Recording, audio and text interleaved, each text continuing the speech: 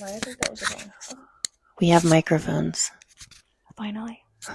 I have to whisper because this thing is going to make... Wait, there's a button on here. You're turning it on and off. Okay, that's fine. I already did the work for you. Hello. We really did come here for a reason. We did. You're not talking into your microphone. You're not.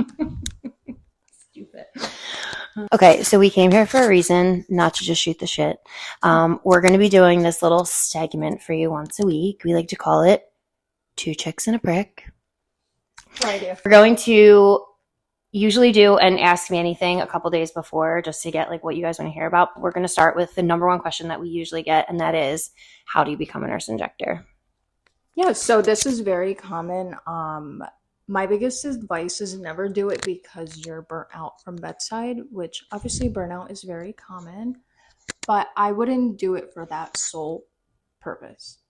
Definitely start by shadowing somebody, maybe at least for a day, a couple days, a couple weeks. Make sure it's something you want to do before you invest in training courses. One thing I want to add on to what Dana says is I know that this profession seems very glamorous. It is really fun and it's very enjoyable if you love what you do, but it does come with a lot of stress. It's not like a hospital job where you clock out and you leave your job at work and then you come home and spend the rest of the time with your family. We don't clock out typically. We clock out from the office, but when we get home, we're fixing and writing our charts. We're thinking about Instagram posts. We're putting together our photos.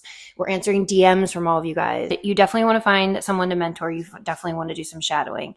You do want to take a couple courses. You do need to get, quote, certified, even though there's not like a one and done certification for this kind of thing. But you don't want to do too much before you have a job because you want to be able to utilize what you have learned while working.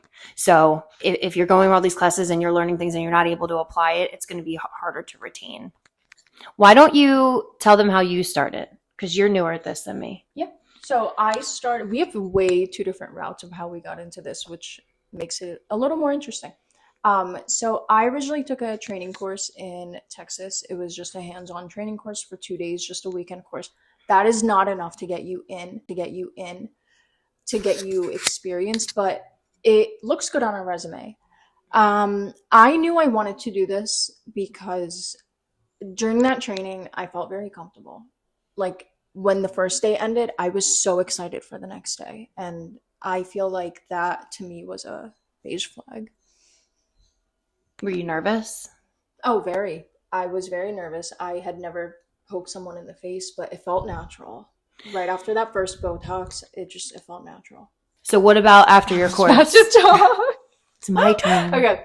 After my course, this is where it really goes different for everybody. I started applying everywhere. Obviously, I wanted to get into this. I eventually landed a job at a med spa that was kind of like a chain in Pennsylvania. They had multiple locations, and nothing's wrong with that. If you're starting out, nothing is wrong with that. I do recommend maybe starting out somewhere where it's a little more personal. You have a mentor that you work closely with. But I started applying everywhere and kind of just took it from there. And then I came here. We were just saying off camera that we feel like we don't know how our advice is, but it goes to show that everybody takes this a different way. Everybody goes about this a different route. So there's really no wrong way. You just need to make sure that you're getting enough training and quality training. Yeah. I worked alone for many years before I came to Misha, and that was stunting my growth as a provider because I had no mentor, nobody to ask questions to during my day. So I was nervous to hurt somebody. I didn't want to do something wrong, so I just didn't do it. That wasn't helpful either.